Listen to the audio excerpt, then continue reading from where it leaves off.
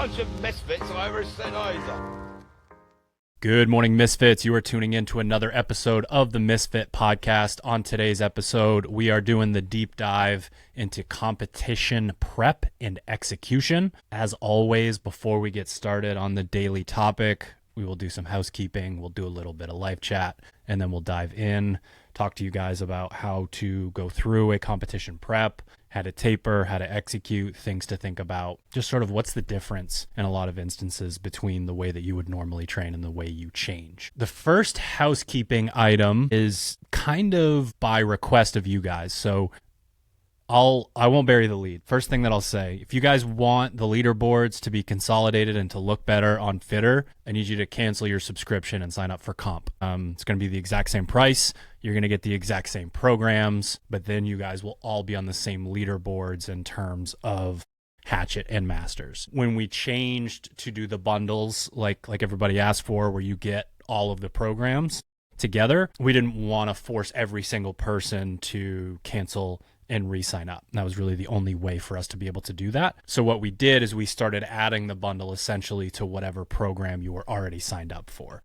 But right now there are people basically doing the same program, and there's 3 different ways that they could be accessing that. So basically what you want to do is just go into Fitter or check your statement and see the last time that you got charged and try to line that up as close as you can and get signed up again on Fitter so that the Masters and Hatchet leaderboards populate more people. And I think everyone wants that. So basically the next time you get the opportunity to do that based on the dates, please go in and do that. If not, if you don't care about the leaderboard, do it as a favor to us. That'll just help consolidate things a little bit. We will be in Boulder, Colorado at CrossFit Roots January 30th through February 1st. And you can get signed up at the link in bio on our Instagram. It is the top thing on there.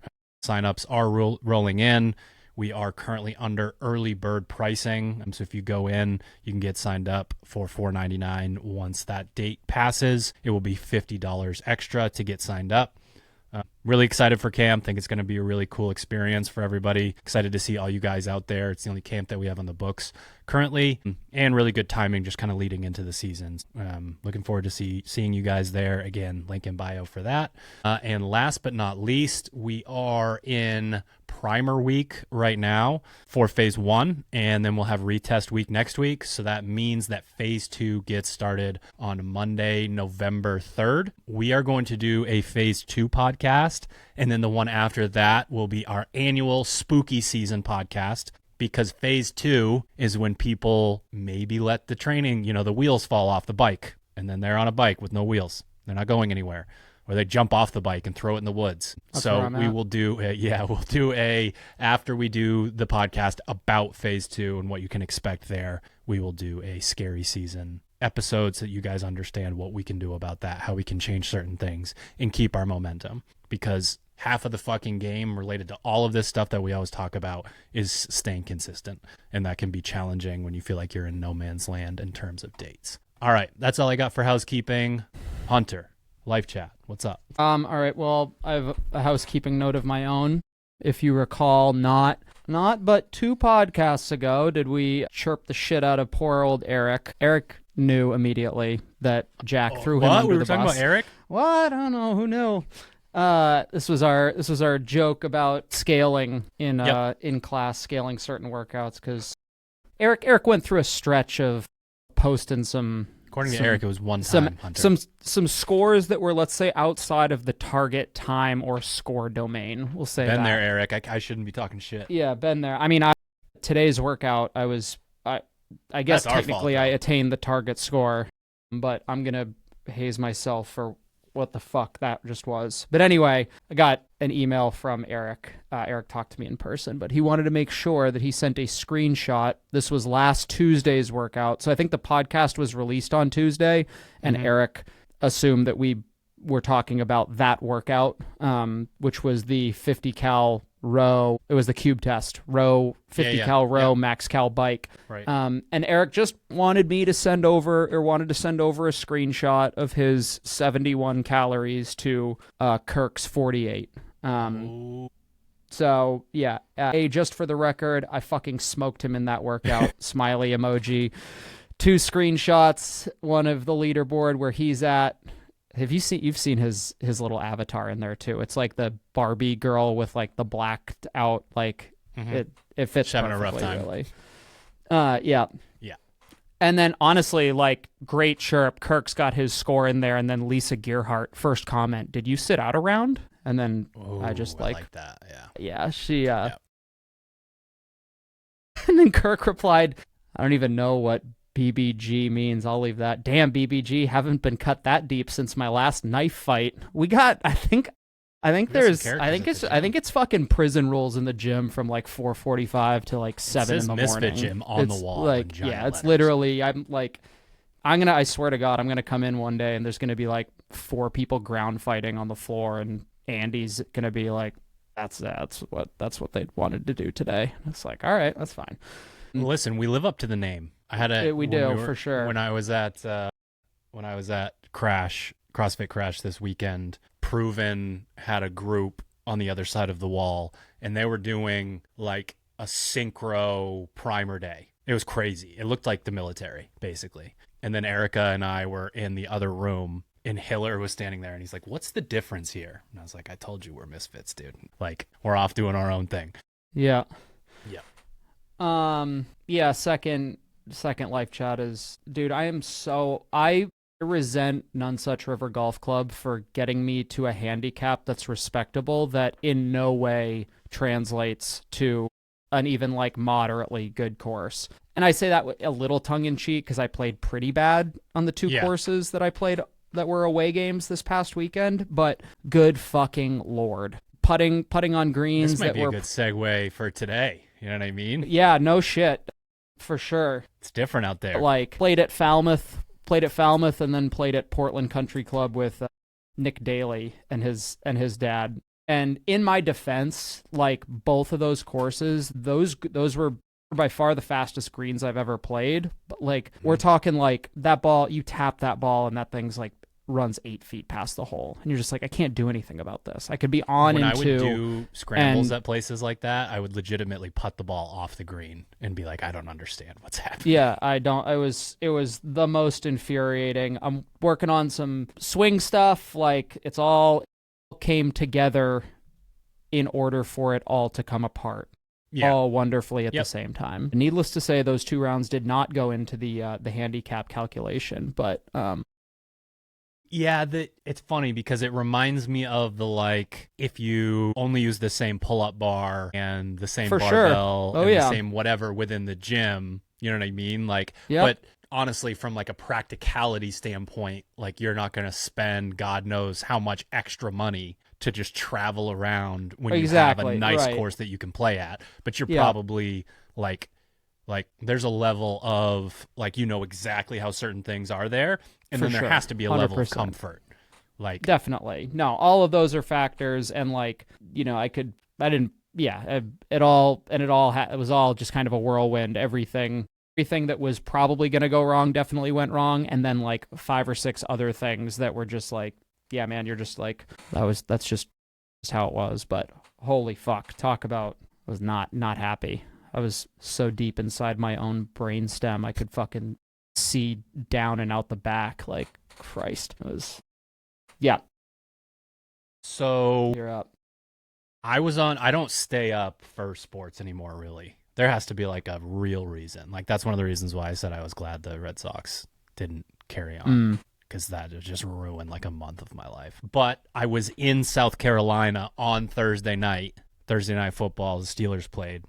This is a way that I can feel not as old. Joe Flacco outduels Aaron Rodgers in shootout. Reminds me of my childhood. Happened on Thursday. The one thing that is weird, though, is that they look old. What'd you say it was called? What was the game called? The Unk Bowl? Oh, yeah. Something like that. Yeah. They look old for sure, like especially Rodgers. They're basically my age. That part of it's weird. That part of it's real weird. Where they're like, how the fuck is this guy even alive? And I'm like, what the fuck? I'm right Come here. on now. I think I might be the same age as Flacco. I don't know how old he is, but that's always depressing. God, I was like, that was so fucking frustrating because the Steelers finally have, I mean, and the Bengals defense sucks, so I shouldn't say much, but they finally have an offense and a quarterback that can like do something. And they went out and signed all of these extra people on top of a defense that was already pretty good, and their defense is fucking terrible. It's so frustrating. So I stayed up until fucking 11 p.m. for the first time in God knows how long to watch the Steelers give the game away, take it back, and then lose at the last second. So that was fun. What I did not stay up for, so the Bengals scored with a few seconds left, and the Steelers were going to get a play. Aaron Rodgers threw the furthest pass in the NFL in like years.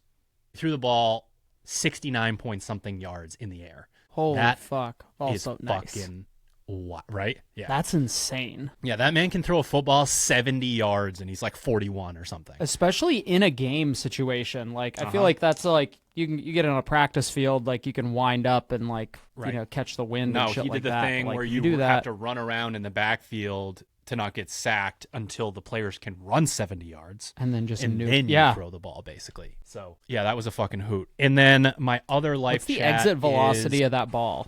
Do you know they got to keep those kind of stats, like what the like ball speed is?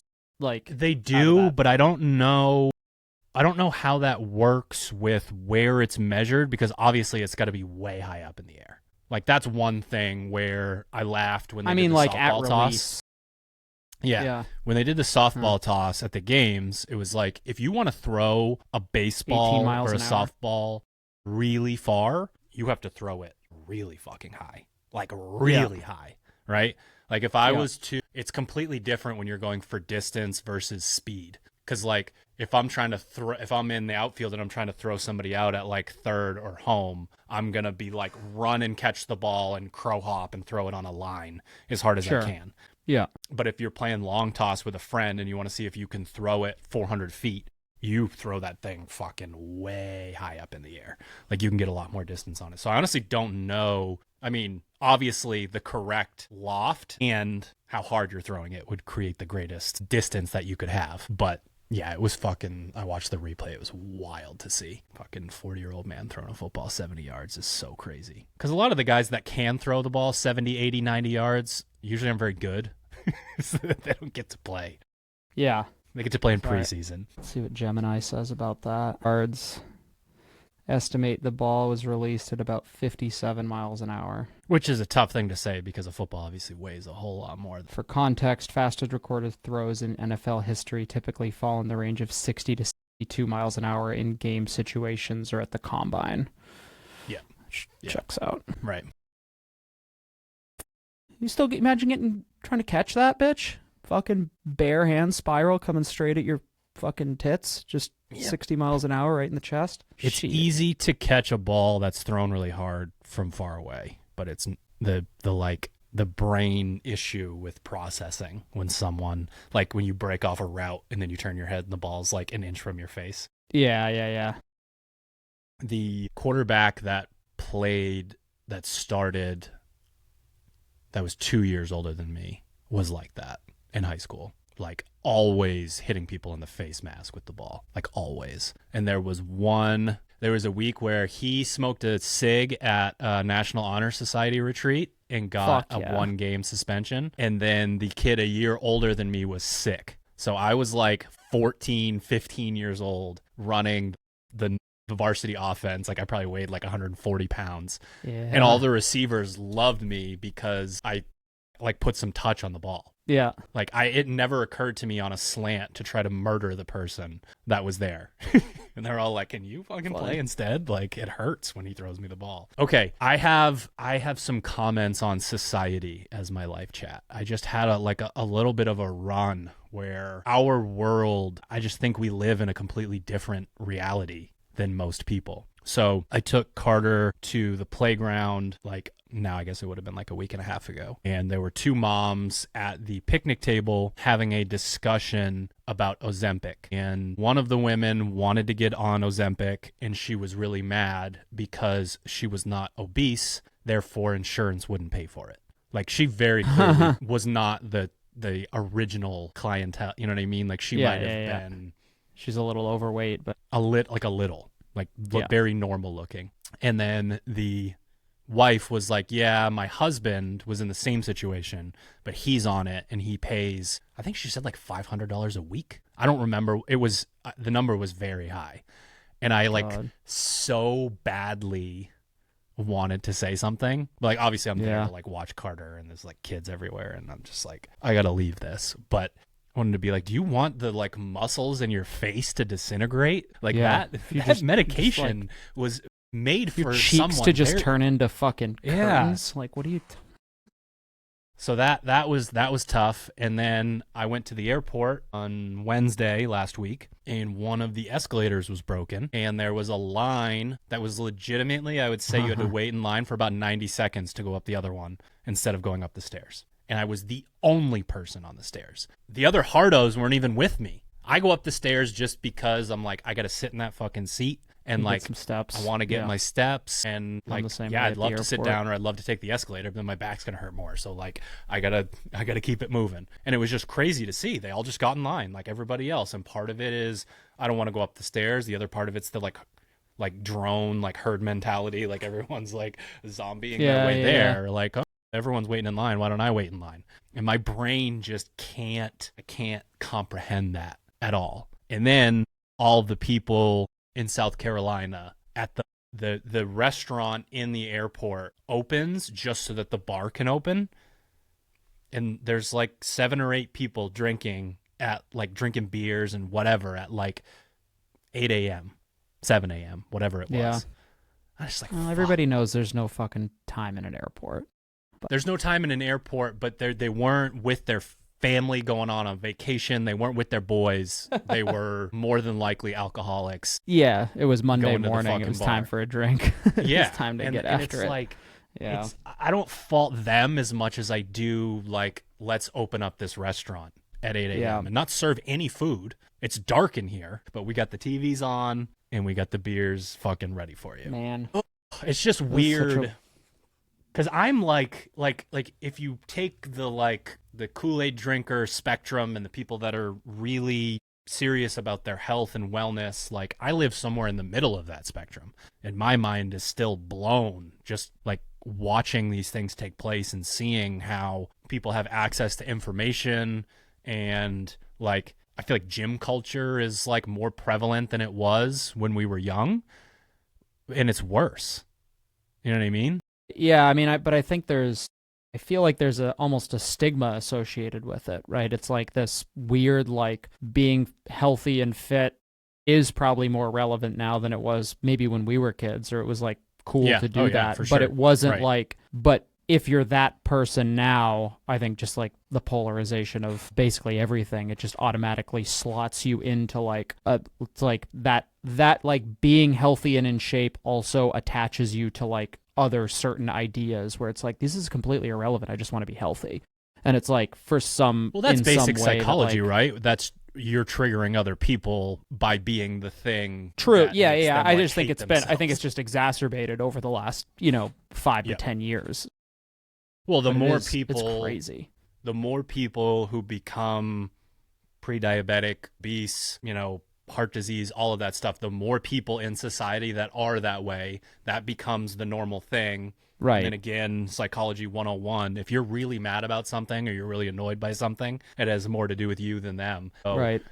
Like, yeah, it makes me, I don't know, it's weird. I could go in either direction. It makes me thankful that I'm like part of this thing and like held accountable. And then it's also like, why can't we help more people? But I think that get rid of the food. We're not going to get rid of the, people just stare at their phones now every second. Like, we're not going to be able to do that. I think that what you did, the point scale. You just made is kind of it. It's like what has become somewhat of a norm. And then like, companies, whether you're a food and beverage company or something like that, you get put in a weird situation where it's like, and this is not to defend anybody or anything really, but it's just like, we're going to like provide people with what they want, or like, and then as far as like recommendations, like obviously the medical industry and healthcare industry is just like not set up to, it's like, I don't know what to do for these people. It's set up in a way for sure, but it's like, and the further people trend towards like that, a super unhealthy lifestyle, it's like the system is like it caters to like kind of the majority in a way. It's like we have to be able to accommodate the largest number of people, which happen to be the sickest. And then it's like, well, we can, from there, it's like we can address symptoms rather than an underlying cause, which is just crazy. I really think it has a lot to do with just like initial education. Even as a kid, I don't remember getting any fucking education on health, nutrition, exercise, anything like that. My mom apologizes to me for my diet as a child like twice a year, every year. My mother does not. She's just like, I didn't know. Yeah. And like, this is what you guys wanted to eat, so I gave it to you. Like, for sure. Chicken fingers and Mountain Dew, baby. Let's go. That's all you need to be a varsity athlete. I haven't had a Mountain Dew in so long. It's not quite as good as you want it to be. It's worth grabbing a diet one and drinking like a third of it and throwing it in the trash. You can get your nostalgia from that. Yeah. I do remember not that long ago, maybe I was at like Subway or something in a pinch, and I got a cup and I filled it like with literally just enough for like a sip, and I cranked some Mountain Dew in there, and I was like, nice. Yeah. Hell yeah, dude. Yeah, when I go to the Delta Lounge, especially the one at JFK, the syrup to carbonated water ratio on their Coke Zero is incredible. It's good. Like, nice. I could sit there and drink like 4 cups. So I'm like, this is zero calories, right? And don't I need to drink like 10,000 cups to get cancer? I'm just gonna have my 4 and I'm gonna leave. And I'm gonna be happy as a fucking clam. I got another 9,900 to go. Yeah. Isn't that how McDonald's has like why their Coke tastes so good? Is because they like it's the proportion of syrup to carbonation that's a little bit different there than everywhere else. Yeah. Yep. That's the good stuff, dude. All right. So today's episode is something that's front of mind, and then sort of part 2 into us testing the waters on this educational platform. And one idea that I have for it are quick sort of like probably 1-day or 2-day courses, not just for coaches, but also for competitors. Like if you're that nerd who wants to know how to go in and execute a taper and how to think about competition and how to think about when workouts are announced or whatever, I'd love to put out basically like a quick thing where you watch a video of us explaining, read, a little thing, maybe take a quiz. I always hated the quiz parts of those. I thought they were kind of dumb, but I think there has to be something there. So something that I'm working through. But essentially, the last few times that we've talked through this, it's been like, hey, coaches, do you guys want us to deliver more information to you? And this time it's a little bit more for the athletes. Now, obviously, if a coach of an athlete can listen to this and then help them execute on it. I know that there are a lot of self-starters out there. So again, one of my ideas is to have resources for competitors as well. Because again, we always talk about being a student of the game. And yeah, so first things first, competition prep execution. We've done a lot of episodes on talking people through competition prep, and we've done episodes on how the program is written, so I don't want to necessarily go into that in detail. Maybe you follow our programming and then it's already kind of there laid out for you, and maybe you follow another program. I just want to talk about how to execute. I like the idea of the beginning of a phase, the beginning of prepping for something, there to be that idea of walking through the threshold where when you go into the gym on day 1 of a competition prep, the ideas that we're about to talk about begin there. People start a lot of these concepts way too late, and then they don't become routine, and you can't test, retest, and figure out the versions of what we're going to talk about that work best for you. So the first thing that I have in here is being a student of the game. We don't want you going through the motions ever, but it is more costly when you're going through a competition prep. And there's a reason why, not just on a programming side, that we have the lower volume at the beginning, but I want athletes to have space in their day when they're getting ready to prep for something where they can think about when they go to sleep, when they wake up, what does their warm-up look like? What does their cool down look like? What does their mobility routine look like? And start to really dial those things in so that when the volume does increase, they become more of a habit. And sort of what I have written down here is just the idea of that test, retest mindset for literally everything. So I do a lift.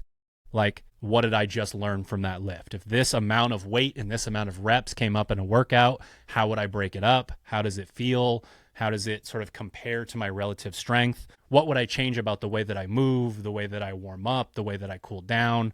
Am I taking notes? All that good stuff. So basically, if you've got in a day your morning routine, your nutrition, your warm up, how you are thinking about strategizing for a workout, how you're cooling down, how you're doing all of these things, like, are you taking notes on that? Are you paying attention to what you're doing? Because that's really the only way that you're going to take any of the information that we're going to talk about today and personalize it for yourself, right? If there was a one-size-fits-all program and protocol or whatever, we could probably put it down on a piece of paper and then everyone would do the same thing. Yeah, you just think about it's got to be thought of as like a science experiment on yourself, right?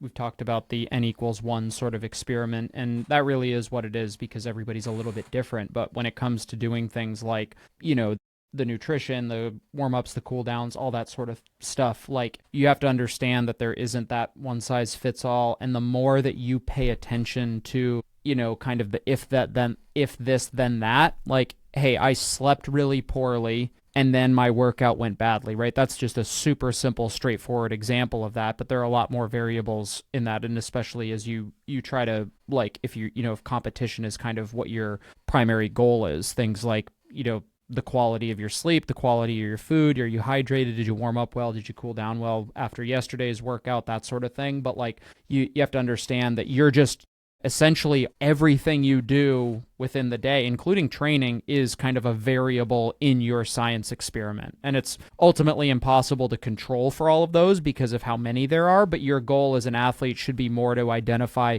kind of the low-hanging fruit, the obvious, like, hey, this variable has to be like executed well if I'm going to perform well. Or maybe more so like, if nothing else happens before X training session, before X qualifier workout, before X competition, like, if nothing else happens, these 3 things have to happen. Like, I absolutely have to sleep for 9 hours. I absolutely have to have, I have to have my, a breakfast that's this, carbs, protein, a little bit of fat, something like that. Like, it doesn't need to be dialing in every single little individual variable because that can be super overwhelming but you can instead think like, hey, what is the absolute bare minimum things that absolutely have to happen for me to, perform at 90% of my best, and then kind of whittling down the other things. And like, when you kind of extrapolate this out to your affiliate athlete, you're just kind of everyday person, right? It's the same set of variables. You're probably just a little bit, you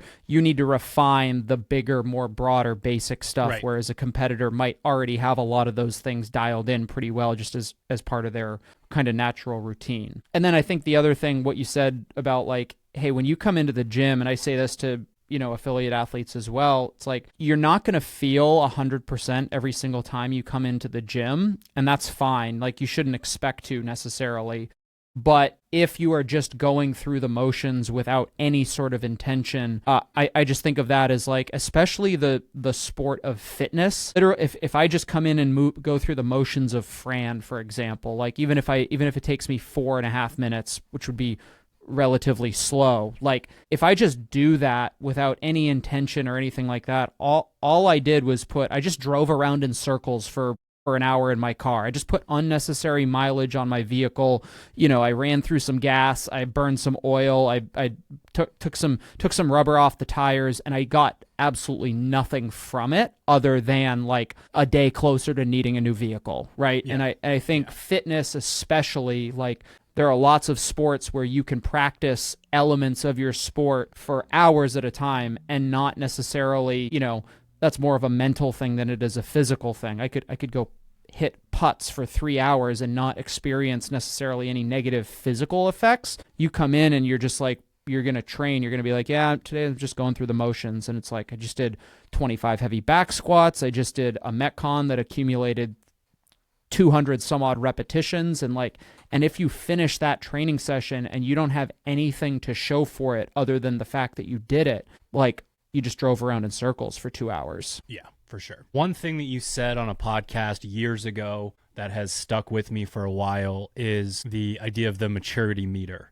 And basically these small decisions, I'll go on the opposite of what we're looking for here. The athlete that you talk them through the correct way to warm up and, paying attention to how much water they're drinking. And they're like, I don't want to fucking do that. Like, I don't want to deal with it.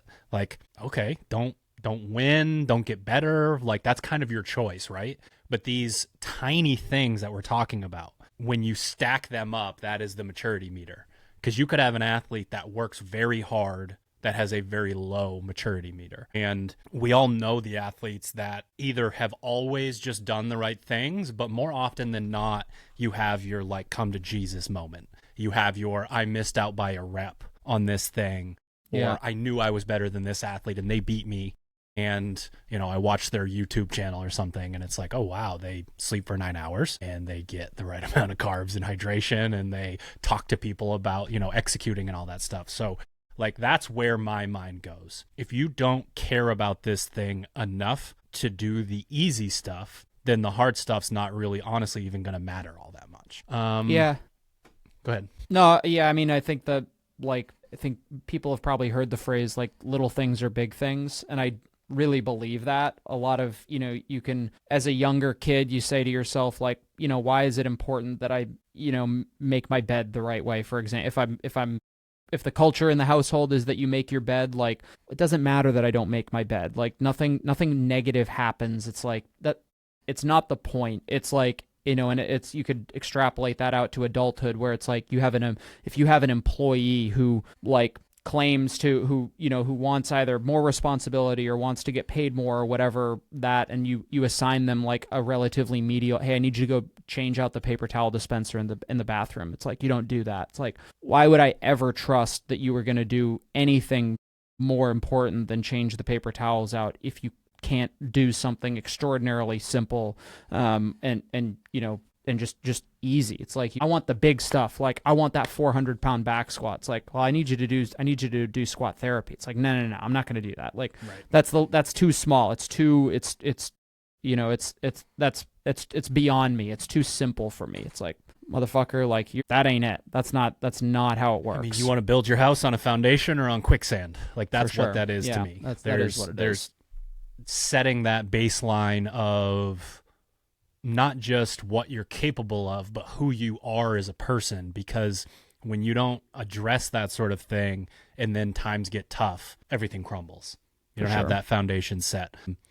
Okay, so the last piece here on competition prep execution is knowing when you are going for stimulus and kind of pushing threshold and when you should be improving your athlete IQ, specifically to gaming Metcons. And I think there's two ways to think about this. The first one is very straightforward in the way that we do competition prep. I tell athletes on the way up, so let's call it weeks 1 through 4, where we're building in low volume to high volume, stimulus is king. We are upping the intensity. We are making physiological changes, trying to get you as fit as possible. And then as we go back down the mountain, we are going to start to game some of these workouts, and you're going to use your new fitness level to bring a lot of intensity to figuring that out. Because gaming a workout, like with the sort of state of the sport right now, that shit hurts like you would not believe. They're not like mutually exclusive ideas.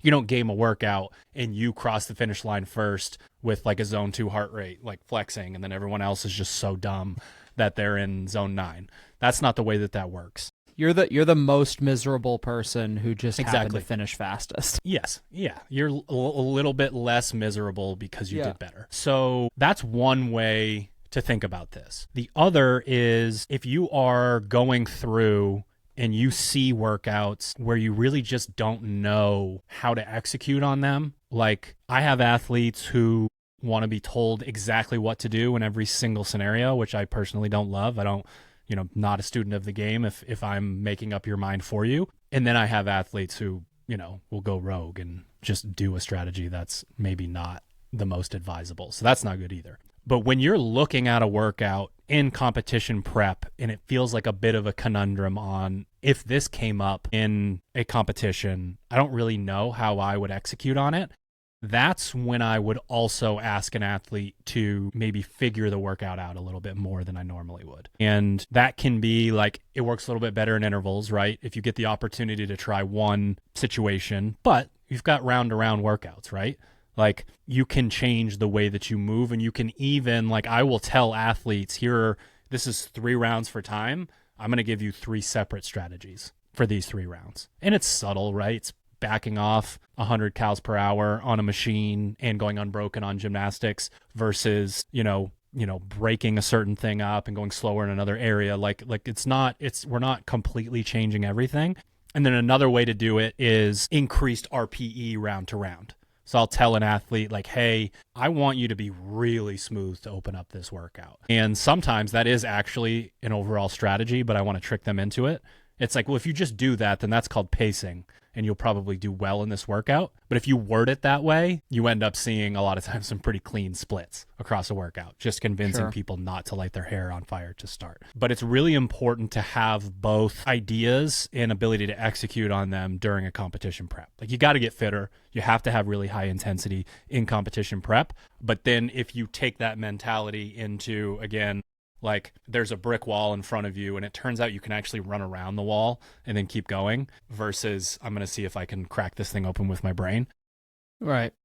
Those are kind of 2 different concepts, and I think things that are super important during competition prep. Yeah. What proportion of the time then would you say is testing threshold versus gaming? A high athlete IQ athlete, I am pushing for threshold at least once a day on the way up, if not twice a day. And when you say on the way up, you're referring to the first kind of half of like our competition specific preparation cycle phase. Yep.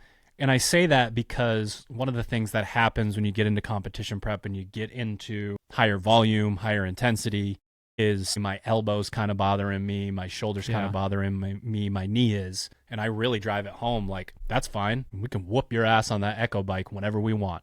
And there's nothing, you know what I mean? Like, you're going to be fine there. So I really try to drive that point home. You're saying, hey, we'll work around this because we're just chasing stimulus. Yes, yeah, exactly. That kind of thing. So it really just depends on, and the other problem here is athlete IQ plays into threshold as well. Like, if you go way beyond the line, that's not going to be helpful for yourself either, right? Like, if you find threshold in round 1 of an 8-round workout, you probably didn't do what we wanted to for the rest of it. So it is honestly kind of a fine line. But I tell like almost every single workout on the back half, in your last 3 weeks or so, I want there to be an element of you figuring the workout out. Because the really high athlete IQ people, when the workouts are announced, will go, 2 weeks ago, we already fucking did this. We did this 2 weeks ago. I know what it is already. So then even if we're testing, we're a step ahead of like, it's not like, oh my God, I've never done this combination before. And it's like, well, you did, you just maybe forgot what it felt like, that kind of thing. All right. This next one is, I think, extremely important. It's just not always cut and dry when a competition is going to announce workouts and how much time you're going to have once they announce the workouts. But it's important for multiple reasons. So first and foremost, to test or not to test. If you are prepping for a competition, and like there are competitions where we get it 3 weeks early, competitions where we get it 2 weeks early, and so on. If you know what the test is and you don't take it before you get there, I don't know what the fuck you're doing. I know of one athlete, and I won't call them out by name, but I know of one athlete currently competing that just seems to have on the women's side like a perfectly dialed pacing mechanism in a lot of these workouts. Very impressive. And she has stated publicly, I don't test, it stresses me out too much. That's an exception to the rule. That is not right. Like, if we know how to break workouts up, if we know what is maybe not hard enough, like the coach is super helpful in these situations, because I'll get a score and then like the pacing that was executed during, and in my head I'm like, we're gonna have to have a tough conversation on game day, because this ain't it. Yeah, this is gonna be last place. This is a solid 27th right here. Exactly. This is really good. So I will be very black and white. If you know the workouts and you have time to test them, you need to test them. And you're talking specifically like we're getting ready to do a live event. was this, I guess the advice, the CrossFit Games athlete doing 26.1, this is a different, we don't necessarily need to do this multiple times. No. Online qualifiers are a whole different game. If you guys want us to do an online qualifier episode, we're going to have to do more of the teaching you guys how to time out workouts and things of that nature. But I really like an athlete to have a feel for what something is, because there are just combinations of things that don't look that bad on paper, and you don't think to yourself, when's the last time my triceps were blown up? And then turns out locking out it sucks on the rings when your triceps are torched. There's little stuff like that. Good programmers are going to find those little movement combinations. I personally will, you go do there was one where it was burpee get-overs, high enough volume burpee get-overs, and kipping handstand push-ups. And I didn't think as much about how much I was pressing down to get over to the box and what that did to my upper body. There are just these little things, even if a movement is wheelhouse, where you got to think about oh, wow, I got to use my legs more on this. Or I got to do small, quick sets on kipping handstand push-ups, which you normally wouldn't do. Yeah. And as a programmer who likes to put those traps in place, testing a workout and doing it at roughly perceived intensity is also important. I don't think that going through the motions to get a feel for my legs hurt doing wall balls after I biked. It's my heart rate got high in this CrossFit workout. Yeah, don't know fucking shit, Sherlock. But what happens when it's why is there this this set of 5 toes to bar here between my bike and my wall ball? What is the purpose of that? And it turns out when you sprint really hard, it's a really nuisance bit of non-rest that starts to compound and makes other movements difficult. It's when the workout is it's the classic, you walk into the gym and you see the workout and you're that doesn't look that bad. It's yeah, good job. Congratulations. You're looking at one round, which you're going to do every 45 seconds for the next 20 minutes. And all of a sudden, everything compounds on itself. And a lot of times you just don't get the experience of that unless you actually do it. And then you realize 8 minutes into the 20-minute AMRAP, you're now I know why the set of 5 toes to bar exists. It's a fucking trap. And it's it teaches you something that you, unless you are, really well versed in programming as well, you're not going to see that trap. Right. This next one, this is near and dear to my heart.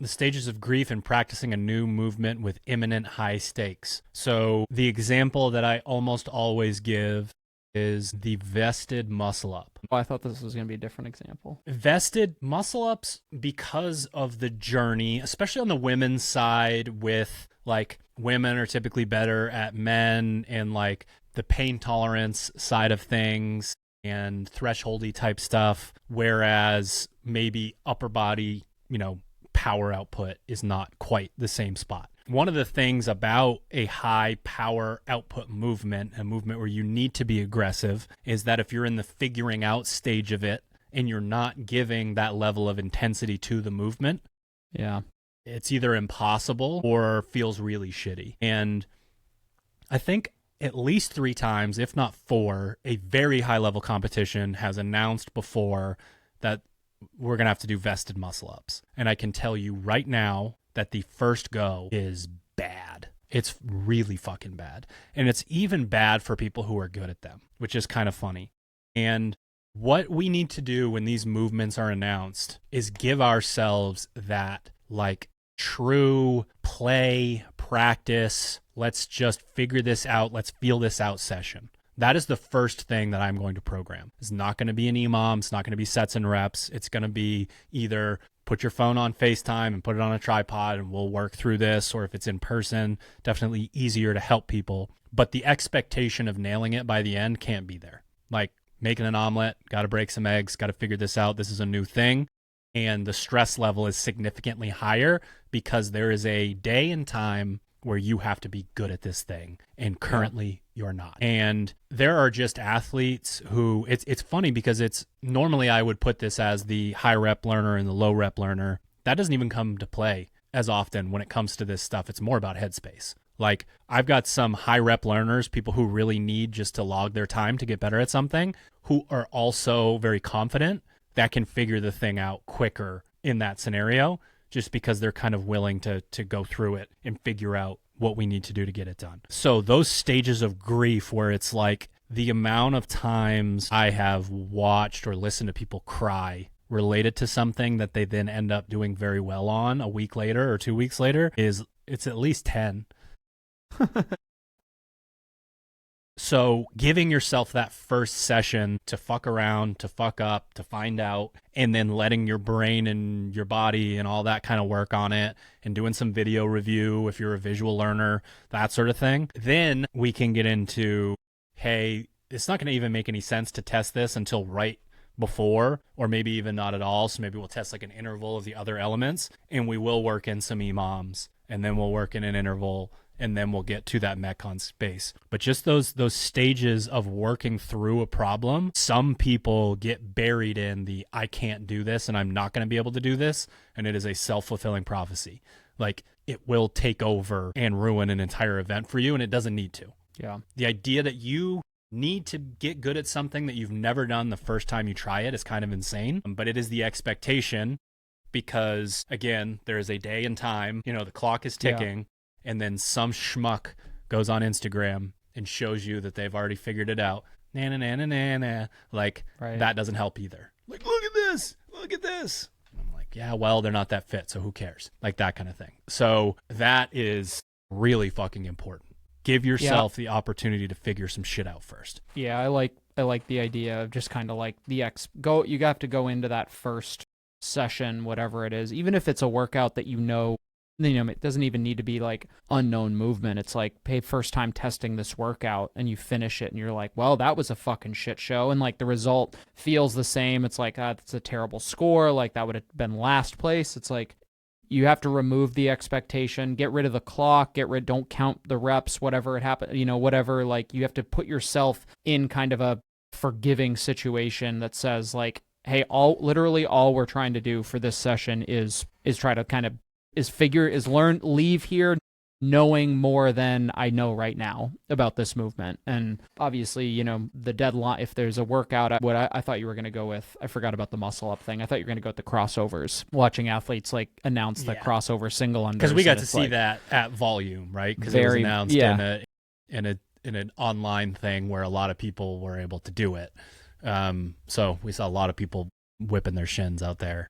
For sure. In the gym. Yeah, but yeah, I really like that. Just like, hey, give yourself a little bit of initial grace and don't fucking worry about it. Yep, for sure. Modifying programming.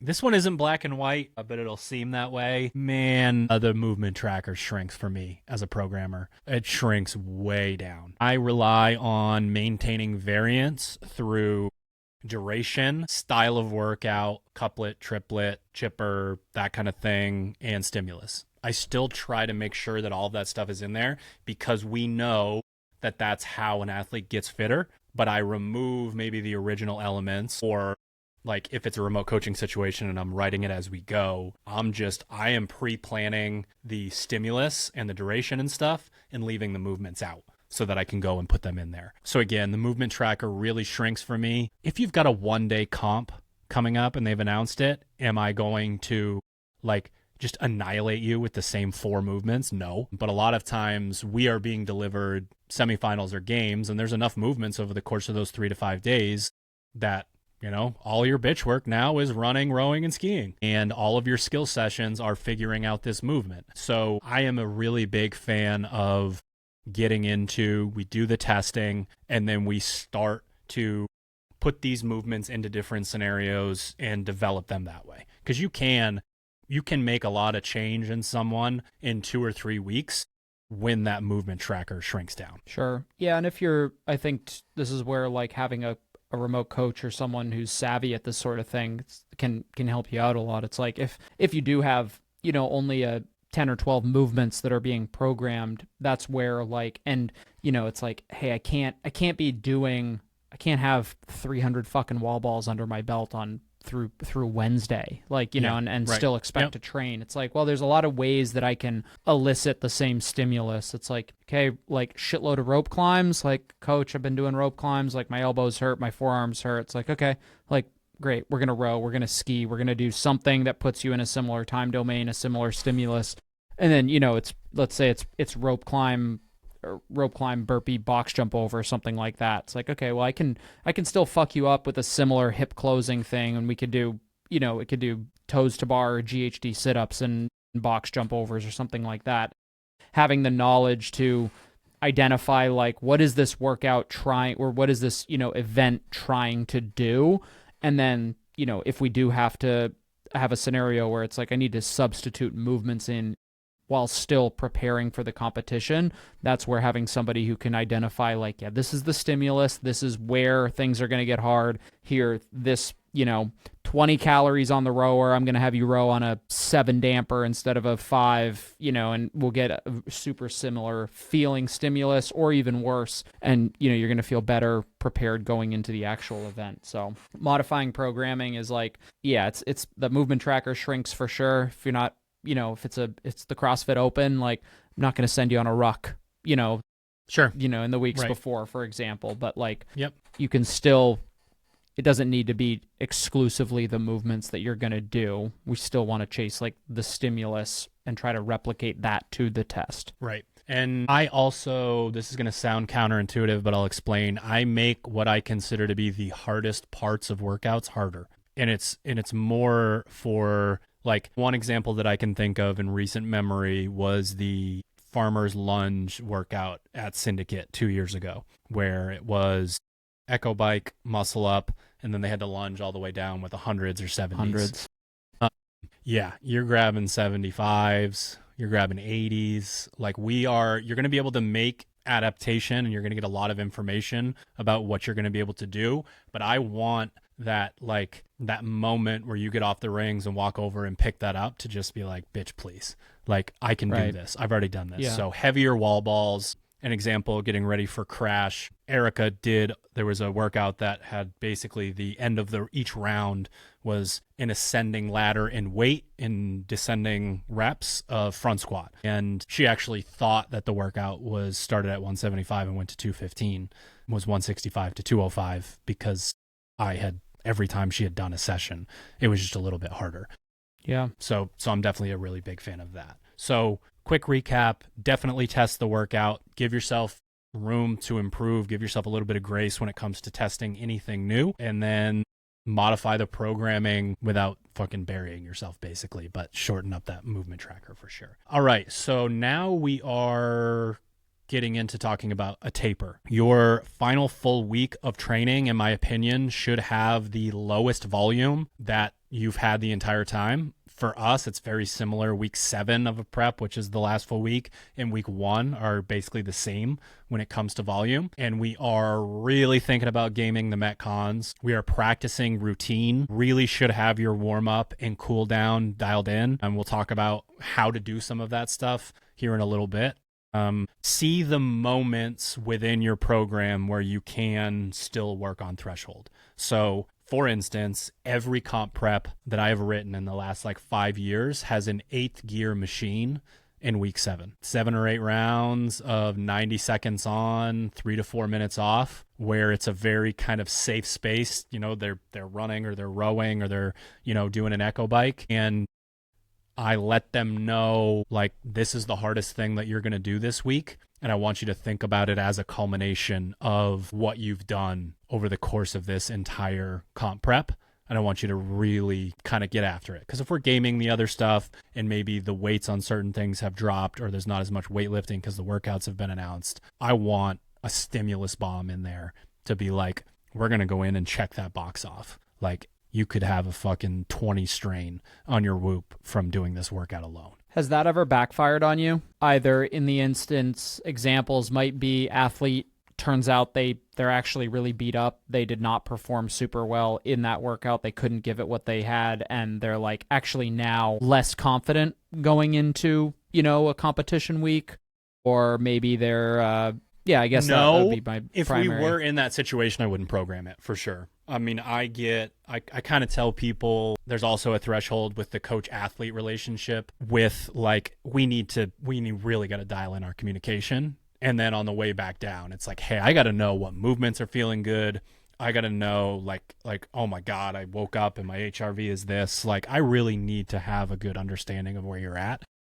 Yeah. And I would say roughly by like week 6, if it's 7 weeks long, that's when I start to get information from athletes that they're like feeling a little bit better about HRV starting to get back to the place that they want it to be, that sort of thing. So I think it would backfire if I didn't know that an athlete was kind of struggling a little bit and then they went in and tried to do that. Here's the good thing though. Like, I just think they would do worse and it wouldn't, you know what I mean? Like if an athlete really crushing it was them going in, like I remember I had one athlete who held a 130 pace on 10 by 92nd row. And to me, we're kind of firing on all cylinders, right? If that was a 140, it's probably too late that something's wrong, but also like that's not really going to bury them. Sure. Like that kind of thing. So I was thinking more of it from like a psychological perspective where it's Sure. like, oh my God, I'm fucking smoked. I make it very low I guess stakes. that would. I make it very straightforward of like, you normally hold 65 RPMs on this. That's what I want from you. We're just going to do it for 2 extra rounds. Like, I don't ask for something that they're not capable of doing. It's more just like, this is going to be really hard and I want you to kind of grin through it. Like that sort of thing. So it's not so much a like, hey, let's try to like PR this, try to see all the fitness that you've gathered. It's like, here's a lot of times they'll PR on like the final round just to say like, here I am kind of a thing. Yeah. But no, absolutely not. So it's somewhere between a softball and a baseball. Okay, so that would be the final full week where we're thinking about it from that point of view. Sorry, for like listeners too, like from a calendar perspective, we're saying like this is the final full week. Let's say that the final full week ends on Saturday, Sunday, whatever. Yes. And then they're competing a week later. And you were competing at the end of the following week, Correct. right? So it's a full week of training. Then I've got Monday, Tuesday, Wednesday, Thursday, Wednesday or Thursday I'm traveling, and then Friday, Saturday, and or Sunday I'm competing. Yeah. So right. Yeah. Definitely and not that's the important week too. Of the like competition. I refer to that as week 8. So to give a little bit of inside information, if there's no comp simulation, prep would be 8 weeks long, with the last full week being week 7. And then you just increase that by a week if there's a comp simulation in the middle, which can be very helpful for a lot of different reasons. But then we have the schedule of the week of competition. So this is a week after. Again, to clarify, 3 days before the competition, we are going low volume, high intensity. Often that has to still be a testing day. So you would choose like one workout, especially if we're talking about like a local comp that's 1 or 2 days long. A lot of times they're going to be announcing that last one pretty close. So potentially we've got a test workout in there. If not, I'm probably looking for a short, high intensity triplet or like a sprint chipper, something like that. Like something straight through where there's super high intensity, but there's really just not enough volume within it to do any kind of damage. To me, that keeps the central nervous system kind of awake and ready to go, and definitely an opportunity for a skill session. I like to have those spread out. So let's say you're typically doing an EMOM. I like it closer to like, we're going to do 6 rounds of this, and I want you to sit on a C2 bike for like 2 minutes between sets. Give yourself space so that we're not pushing like peak muscle endurance or anything like that. We're still potentially getting a little bit of volume in, but we're giving ourselves space so that execution feels good, confidence feels good. And then I like a 40 to 60 minute session to end that day. I like this in basically every day of this week, a 40 to 60 minute session of, zone 0 to zone 1 machine, 2, 3, 4 minutes, get off, mobilize, get back on, do the 2, 3, 4 minutes on there, get off, mobilize another body part, that kind of thing. I always like an athlete to go head to toe, no matter what, because you just don't know what it's going to feel like after travel. I just think it sets people up really well. So you do your ankle mobility and you do your hip mobility and you do your glute mobility, and you kind of make your way through as you're going and increasing blood flow, that sort of thing. 2 days before the competition, rest day with then the same thing. It's not always possible. A lot of times 2 days before the comp is the travel day. So I ask athletes to pay attention to how many steps they're getting in. And then to get the amount of steps that you want, there's probably periods of time where you're intentionally walking for 10 or 20 minutes. Get some mobility in at the end of that if you can. Right? So if you're in your hotel room, you look down, got 5,000 steps in, go walk for 20 or 30 minutes and then come back to the room and hit some mobility, hit some stretching, get some really good blood flow. Voodoo floss is a really good friend on travel because of, especially if you're getting on an airplane and all that blood's being, sent down to your lower half, that kind of thing. So again, that's 2 days before the competition. Again, often a travel day. And then 1 day before your competition is what we call primer day. Athlete's choice on whether they lift first or Metcon first. Have a pretty even split, honestly, with athletes on that. We choose for the primer Metcon. We choose 1 monostructural, 1 gymnastics, 1 weightlifting movement. I like head to toe muscle engagement in that workout, but I let the athletes help write it. Mm-hmm. So I'm basically just there to make sure that it's not like going to blow their legs up or their arms up or their midline up. So, okay, athlete 1, what machine do you want? And you start to build it based on, okay, what machine do you want? Athlete 2, what gymnastics movement do you want? And you're thinking in your head, okay, athlete 3, would you rather like lunge or squat or whatever? Or would you rather do, shoulder to overhead, like thrust or whatever it is, that kind of thing? Yeah. Really short, manageable rep scheme when it comes to that. And I try to write it so that with the numbers, it works out to about a minute a round, roughly. If an athlete's lollygagging, I make them do 4 rounds. If an athlete knows that they get to stop if they look tired, then I will tell them to stop at 3 rounds. So I will literally tell them, you're done when I say you're done. And 9 times out of 10, because of who I'm working with, it's 3 rounds. It's like a 3-minute workout, that kind of thing. You want your heart rate to get high, but then not to really do any work after that. Like the second you're like, I don't really want to be doing this anymore, don't do it anymore, right? Yeah. The thing that you wish training was, but isn't. Primer lift is almost always a power clean to push jerk EMOM in that 70 to 80% range, or power snatch EMOM. That being said, sometimes we get, a lot of times there's kind of a lift on day 1 of a competition. And I'll make sure that whatever movement pattern, like we did at Crash, we did power clean into front squat instead of power clean to shoulder to overhead, that kind of thing. So just got to do the heavy squats the next day, prime that a little bit. What's your take if I'm traveling through time zones? So let's say, and the reason I ask that is because I've had that with athletes. Tony went over from East Coast over to the West Coast for Wadapalooza. He traveled. This was a little bit odd too, but because he was traveling actually the day before, so his primer day was kind of the same, almost like the same thing, and he didn't have any equipment, so it was but. Hey, I spend a day traveling. I'm in a new time zone. This is supposed to be kind of my flush day. Will you tell an athlete, hey, you're going to do 5 rounds, go downstairs to the hotel gym and run 5 rounds, 1 minute run, 1 minute rest, something to elevate their heart rate in the name of resetting circadian rhythm, for the purpose of post-travel, a little bit of high intensity can be beneficial to setting them up for, a good night's sleep, something like that, versus I just sat on an airplane all day and it's late, I'm in a new time zone. Is there any considerations that you have for that? I would probably only do that if it was low stakes or a 1 day situation. I like to get athletes used to, it may be unfair because I'm working with athletes who are traveling quite a bit to compete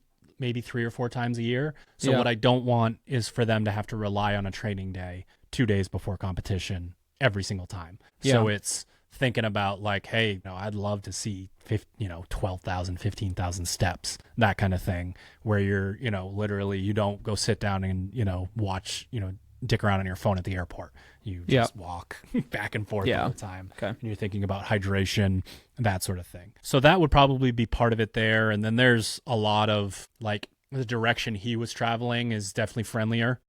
Sure. When you're looking at traveling in the opposite direction, when you're looking at traveling west to east, you either have to have the luxury of getting there an extra day or 2 days early, or you have to you got to nerd out and listen to some of the Huberman lab stuff where you start to wake up 3 days before you leave at 5 a.m. to reset your temperature minimum so that you have an actual chance of sleeping on the plane on a red eye, that sort of thing.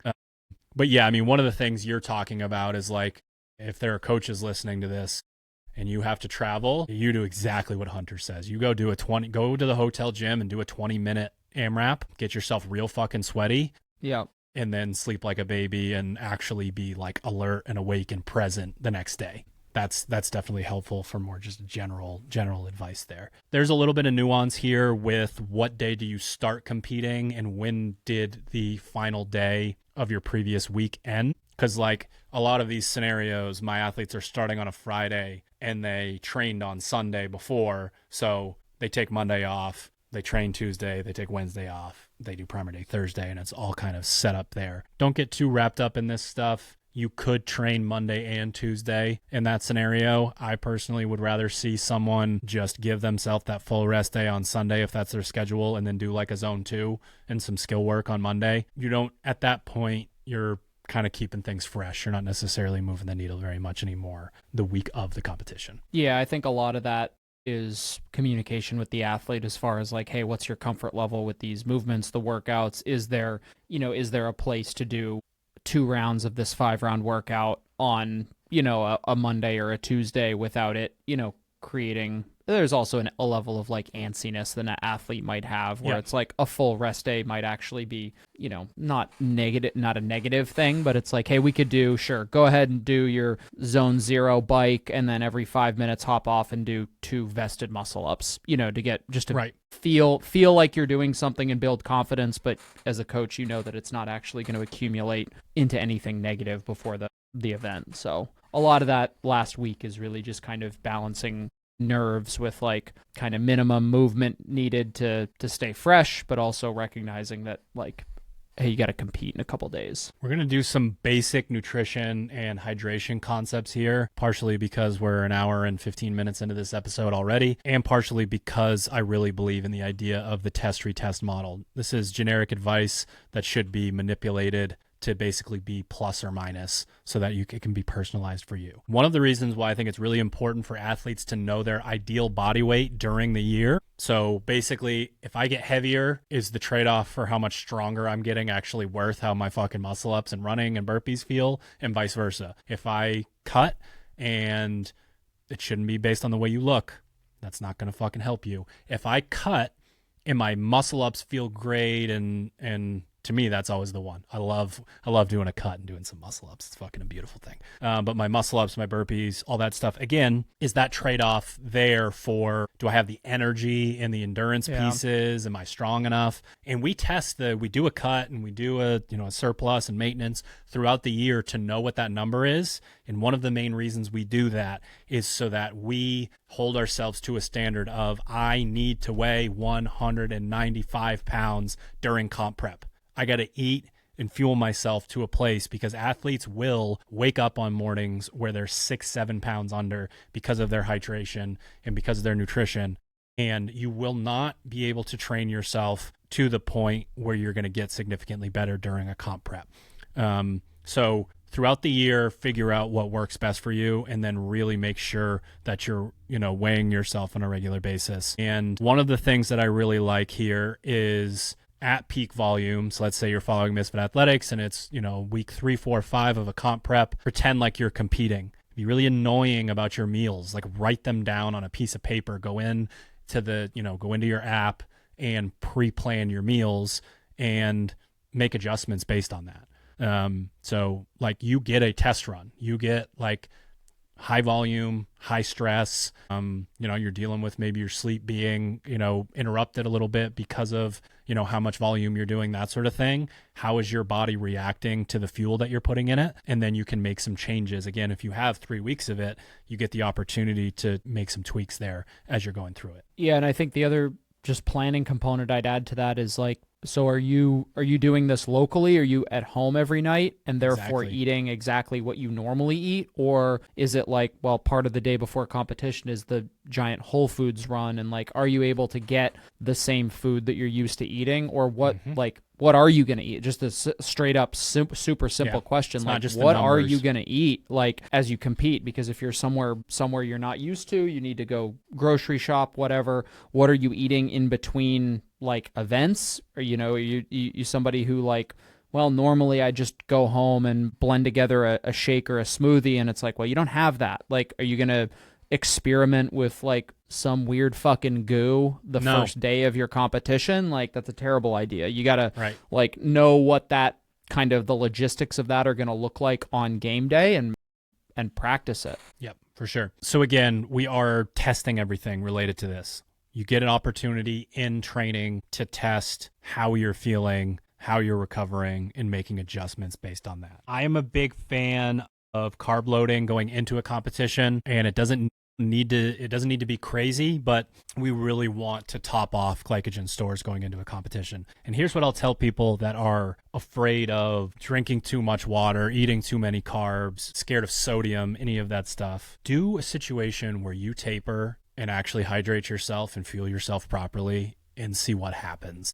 It is fucking wild. Like when your body is fully recovered and carbed up and hydrated and has the right electrolyte balance, we're talking about full percentage points of improvement in what you're doing, what your output is. And I can tell you the psychological effect, the placebo effect of I feel good while I'm suffering when I normally don't feel this good is rocket fuel for a competitor. You feeling like you feel better in the moment when you're pushing harder allows you to push even harder. So I just want to put that out there. I know that a lot of times when you're speaking to the general population, they're thinking more about longevity than they are about execution, that kind of thing. So very important to put out there. Single day competition, your local throwdown, 2 days out. So if you're competing on a Saturday, up your carbs on Thursday and Friday. Pretty straightforward. If it is a multi-day competition, I would basically just add 1 to however many days of competition typically. So if you're doing a 2-day competition, 3 days before. If you're doing a 3-day competition, 4 days before. And all we're doing is increasing carbs by, again, we'll start with this generic assessment, by 50% of your body weight, we'll call it. So you weigh 200 pounds, you're going to add 100 grams of carbs extra on top. And it does help to do more of the carb loading kind of that night before to make sure that you actually are topped off. And then really the only thing that you have to do the morning before an event is get enough carbs for liver glycogen, because your body will use that first. Are you doing that on top of your prescribed macros, or if I add 100 calories in carb or 100 grams of carbs here, I need to find 400 calories worth to get out somewhere else? Definitely athlete to athlete. For a lot of, let's take one end of the spectrum being a testosterone fueled 23-year-old man. Yeah. 400 calories gets thrown into the incinerator. Doesn't fucking matter. What a lot of people do that are concerned with maintaining a specific amount of weight is it comes from fat. And then the digestibility is also very important. So athletes stop, relying on higher fiber sources, in those situations. 1, because of like how full you feel and the palatability of them. And 2, just because we are specifically trying to top off muscle glycogen in that situation. All right. Finding your ideal hydration target during prep is another thing that's really important. We're just going to do the generic start with a minimum of half of your body weight in ounces. You weigh 200 pounds. You are drinking at the bare minimum 100 ounces of water in a day. And the feedback that I get every fucking time is I drank 50 ounces of water to catch up towards the end of the day and I had to piss 600 times before going to bed. How about spreading that out over the course of the day? Because it's actually not that much water if you're training, and you're going to find that you need more. Yeah. But that is a really good place to start. You need more water if it's hot out, and you need more water if you're sweating during training. So that's our baseline, and then we're adding to that. And again, try training hydrated. It's crazy. I'm telling you, it's one of the ones where I personally, I know my gears. I know what I'm supposed to be holding on machines. And there's this point in around 65 to 75% in where you just got to hold that pace for 1 more minute or 2 more minutes or 3 more minutes where it normally would be manageable. And that's when you feel your core temperature rising, get cotton mouth while you're doing a workout, like that sort of thing. It's hell. Right? You either don't hold the pace or you go into zone 9 on a workout that was supposed to be aerobic and smooth, like that kind of thing. So really important for people to try it out, because I know a lot of people train without being hydrated and there is a massive difference. Anything you want to add to that before we jump into in competition? Yeah, the only other thing that I would want an athlete to consider is hey, a week or 2 out, making sure that you are, if you're not already doing things like vitamin C, vitamin D, like protecting the immune system pretty a little bit, standard especially if you supplements, gotta but like travel. especially the immune system if you're going to travel and like, or if it's a multi-day competition where you're just going to be around hundreds of other people in a tight space. Just particularly relevant to me personally. Got sick at the end of the Masters games. Kelly went into the games a little bit under the weather, probably less related to like the immediate surrounding area, but like again, you get in an airport, you get in a plane, you go through, get a connection, like so easy to get sick. And just like that one, You also don't know you were sick until like Monday, and then you're like, that explains that event. Exactly. Yeah. Yeah. So I think that'd be the only thing that I'd want somebody else to consider. All right, competing, specific details on warming up. We do a sweat check to begin every warm up. That is 12 to 15 minutes on machines, going from your resting heart rate and ending around your zone 2 heart rate. I like to break it up into chunks for athletes that don't love warming up. So 5 minutes on the rower, or 5 minutes on the echo bike, 5-minute jog, that kind of thing. If the machine or running is in the workout, that's typically going to be the final 4 to 5 minute chunk, so that you're actually doing a specific movement warm up there. I do like a heart rate monitor and headphones in that situation, so an athlete can be paying attention to where they're at and not getting, doing more work than they need to. It's really about that is you letting your body know, hey, we are at rest and we're about to go to war.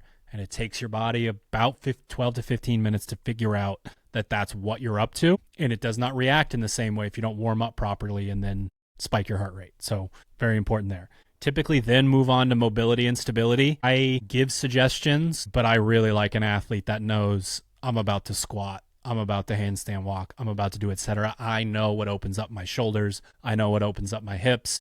I know that if I got to do high rep deadlifts, that I'm going to do 3 sets of banded good mornings, because that just lets me know what it feels like to, maybe pick the bar up with my hamstrings and, finish the rep with my glutes or whatever it is, that sort of things. Again, test different things during your prep and know what works for you. From there, we typically go to movement prep. Sometimes you got to be really careful. So let's say it's really simple. It's like legless rope climbs, strict handstand push-ups, and a monostructural movement. The amount of actual movement prep there could be dangerous. Too many legless, too many pegboards, too many strict handstand push-ups before. So we're going to make sure the positions feel good. We have to make sure that we do enough reps to make sure that we sort of know where our body's at. But the amount of people that will do 7 legless rope climbs in the warm-up area and then not be able to do enough out on the floor is definitely a thing. So you got to be careful. You got to space your warm-up out a little bit. Maybe have a little bit more time where you just go sit on a machine to make sure that you stay warm. But then we've got workouts with 3 movements, and I'm just kind of getting them a rotation. It is the machine that you're going to be on in the workout, and then it's kip swings, and then it's empty bar front squats. And then each time we make our way around, we're getting closer to the workout intensity. We're getting closer to either the full movement or the full weight that we're going to be using. And that's typically going to take 10-ish minutes, somewhere in that range. The style of workout will dictate whether we need a movement-specific primer, whether we really got to jolt the heart rate. Some athletes get in their head about this and don't want to do a primer with bar muscle ups in it because it will somehow magically remove their bar muscle up ability. So I'll let them just hammer the echo bike for 10, 15 seconds and call it. But I like just a little run through at intensity that's honestly really short, 30 seconds, 45 seconds, where an athlete's just okay, that's what this is. And my heart rate's up. And it's okay to really get your heart rate up because you typically got to corral for 10 minutes. Right. That kind of thing. I think this warm-up portion is where having a coach is so helpful. And if you're an athlete on your own, planning this sort of thing out a little bit ahead of time, I'll do this for Tony and Kelly literally to the minute. We're talking hey, your warm-up starts 58 minutes before your heat time, to the minute. It's not 62 minutes because then you're going to be standing around for 25 minutes instead of 20 in the corral. It's super specific. And the number of times also you see athletes hey, it's a lifting event. You're there an hour before the event. You're 10 minutes in, you're already starting to move a barbell, and 20 minutes before you corral, you're already at your opening weight. And now you need to do something in order to sustain kind of the readiness that you've created. And they end up doing a dozen reps. It's just what do you do? Are you working out, or are you like getting ready to do an event here? And having a coach to kind of like be, in the athlete area, say like, hey, why is there 135 pounds on the bar already? You got 45 minutes. Like, piss off. Like, go chew some bubble gum. Yep. Just like having that timing down is really important. Even with a Metcon, like, timing that sort of thing up so that you are doing that primer. Like, hey, first call on the mic, it's like lane 2, Drew Crandall. It's like, okay, Crandall, go do your primer now. Like, they'll be fine. You're not going to get kicked out of the competition. Like, go do your primer, be breathing hard as you get into the corral. But like timing the warm up is super important. And if you're like too far ahead or obviously too far behind, more often than not, athletes just kind of get antsy and they're just like, I want to get going. I want to start warming up. And it's like, congratulations, you're ready to go with 35 minutes till start time. I pride myself on responding to as many people as I can and helping you guys out. The next time you have a comp and you know that your first event is at 12:35 and that they're going to call you at 12:25, shoot me a DM, shoot me an email, and I will build you a template that shows you. It's going to take me 90 seconds to do, and I will show you what we mean. But I use Apple Notes for athletes. Sorry if you're an Android user, you can't.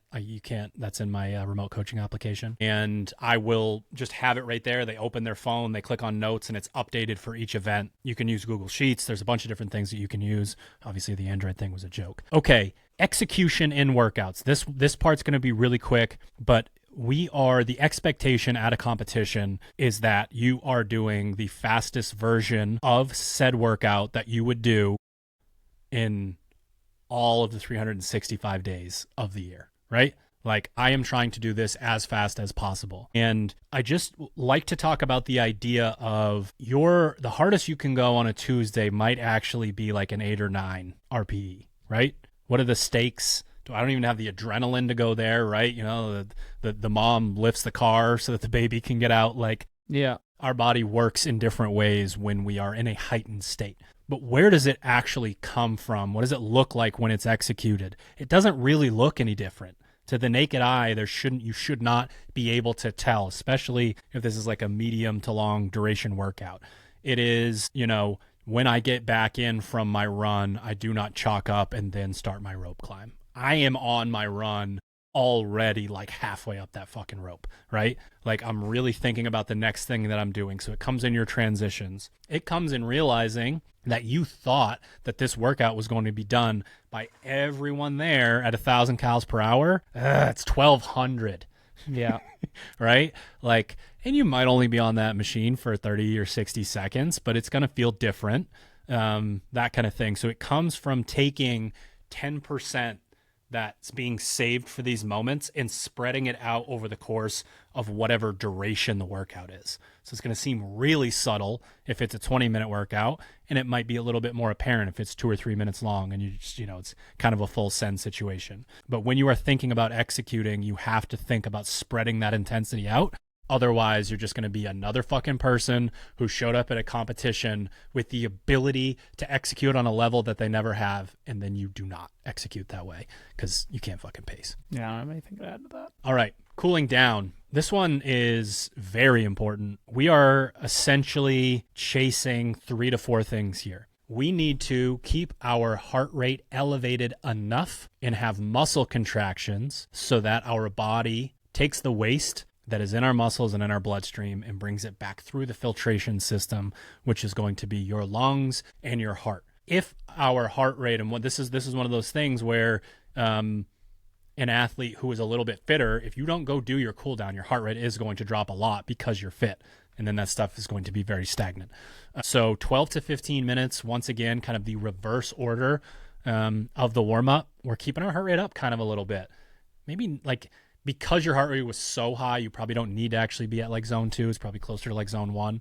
But you got to give 4 to 5 minutes of like almost a moderate, slight effort. Probably harder than you want to go. And then we're just going to taper that all the way down to going very slow by the end. If we've got a quick turnaround, you can start the process of carbs and protein pretty quickly there. I do like an athlete to have their wits about them, to be just trying to shift over, stimulating the vagus nerve, trying to get into rest and digest because your body's going to do a little bit better with that. There are two versions, though, of post-workout nutrition. Number one is letting your body know that it is done trying to be catabolic and that it needs to become anabolic, and that comes from an insulin spike.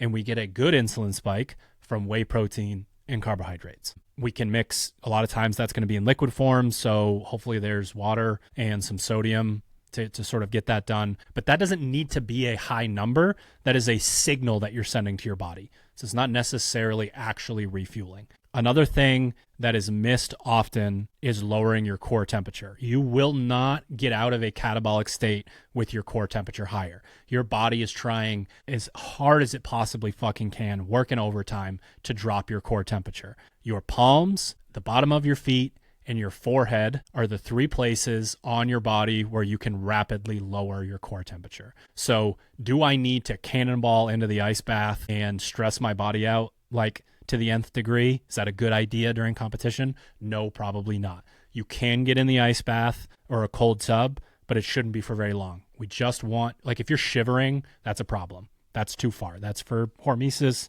That's for outside of the competition. So, you know, dunking your head in the water, getting your hands in the water, bonus points for feet and hands in the water. There's a reason why that sucks more than everywhere else.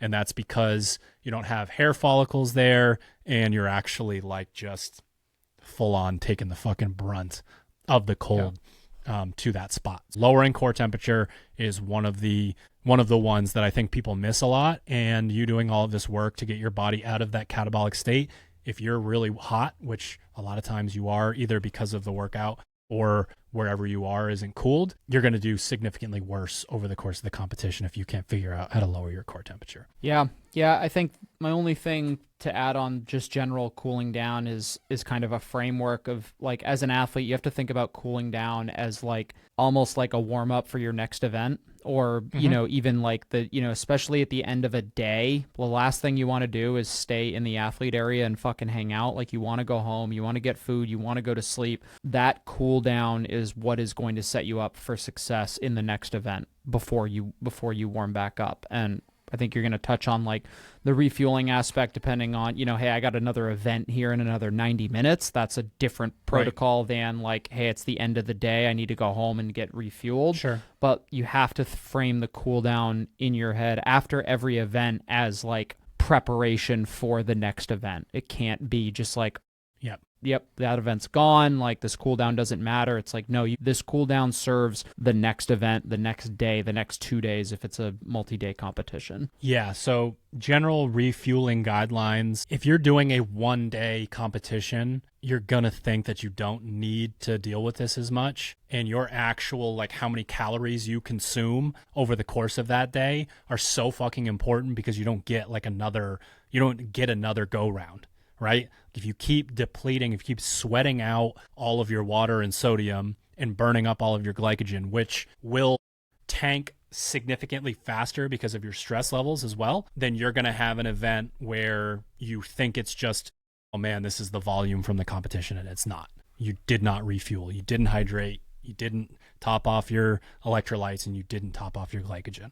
So that is incredibly important. One quick reference to a study that they did, athletes who were doing a multi-day competition so they made sure that both groups got the same amount of carbohydrates, but one group was allowed to do them in larger batches less frequently, and one group had to get 40 to 60 grams of carbs per hour for each hour 1 through 3 after an event. So you finish your event at 12 p.m. Between 12 and 1, they had to get 40 to 60 grams, 1 and 2.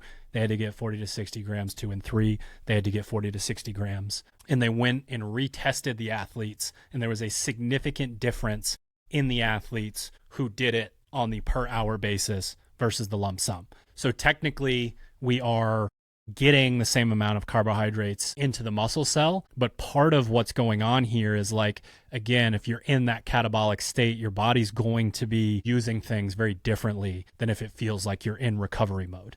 And one of the ways to signal to your body that you are in rest and digest is by eating. It's also probably has something to do with, like, it was actually pretty easy to eat those things and to digest them versus like that whatever your 300 gram carb meal was, really challenging to kind of get down, that sort of thing. So we are thinking about that through the course of the day. If you are going to perform better later in the day or better the next day by having kind of that steady stream, that's something to keep in mind as you're refueling. And again, you get to test these things and practice them over the course of the entire prep, and most importantly during those weeks where the volume gets super high. Yeah, I think those like very specific things, the refueling between events or before, in the week leading up, refueling between training pieces is where you can really, like you said, kind of learn how you feel and operate after doing that sort of thing. But also, like, again, like, what are you going to eat? Like you if it's like I train and then I go home and I make this thing versus like I'm kind of antsy, like my hotel's too far away, I can't get an Uber, it's going to be a pain in the ass, I might as well hang out in the athlete area. It's like, well, are you now eating something that you've never eaten in training before, and you're just like, well, I'm trying to get my carbs, but the only thing I have is the fucking bugles in the vending machine.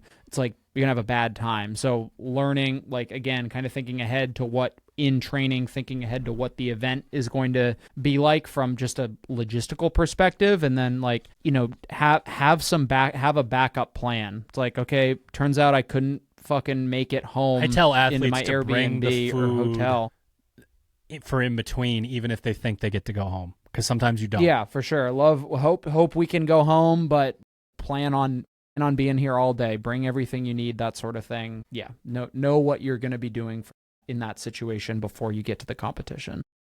So my final thoughts will just be that there are key details that are left out here for the sole purpose of the fact that this was 1 hour, 42 minutes, and 27 seconds of us talking, and there's a whole nother world and rabbit hole to go down on each topic.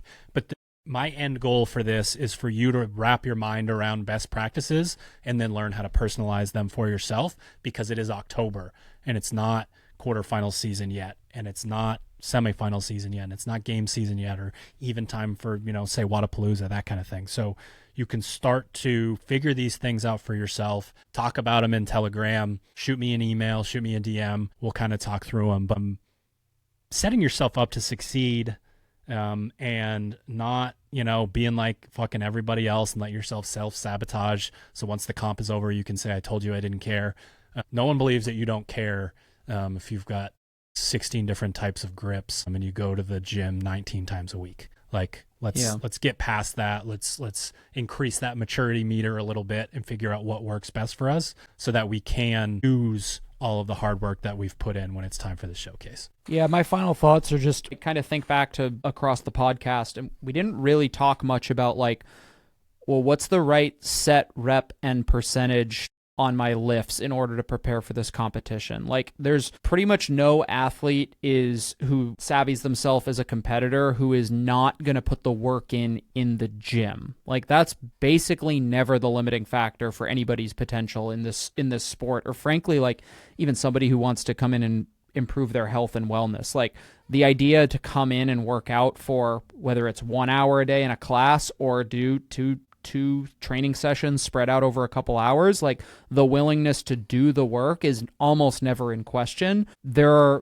a whole shitload of additional variables outside of your training that become part of what is necessary to perform at a high level as a competitor. And that's kind of what we talked about today. And the other, 50 some odd weeks of the year is your lab for learning exactly what those exact combination of things and what scenarios create the optimal performing version of you. And it's just your job to put those together so that when it is, game day, when it is time to actually compete, as few of those variables as possible are unknown, because there's always going to be a whole bunch of them. But just honestly, just the reprieve and stress of knowing, like, yeah, this is like what I've been eating in between events all year, or I know that this works well with my digestion and my stomach. Like, just that, even small things that remove stress from your headspace, your mindset. Because, like, imagine you go into the first event and you drop 30th out of 30. And it's like you thought and then, like, fuck, what am I supposed to eat? You're already fired. You're already keyed up because you're frustrated about performance. And then you've got a whole bunch of other completely ancillary things that have nothing to do with your physical capacity or the event that you just, because you didn't plan through or think about or work on in the off season, are now going to, like, have now just compounded significantly on your ability to perform when they didn't have to. I think it's important to understand that this whole podcast is essentially like, you know, this is us pointing out the myriad of variables that can contribute to the optimal version of you or the 70% version of you, and it's just your job to find the right combination of things that get you as close to that 100% version for game day. True. Did we do it? Cheer. Thank you for tuning into another episode of the Misfit Podcast. Head to the link in bio on our Instagram to get signed up for training camp at CrossFit Roots in Boulder, Colorado, January 30th through February 1st. Phase 2 gets started on Monday, November 3rd. You can also find the link in bio on Instagram for Fitter or Strivey. If you're looking for our affiliate programming, we just got started today on the Montezuma phase. You can get signed up for that. You get 2 weeks for free by heading to teammisfit.com, clicking on sign up now, and getting 2 weeks for free at Sugar WOD, Stream Fit, or Push Press. And if by some miracle you are still listening to me talk right now, feel free to email me, coach@misfitathletics.com, and I will send you the first 2 weeks for free. See you next week. Later.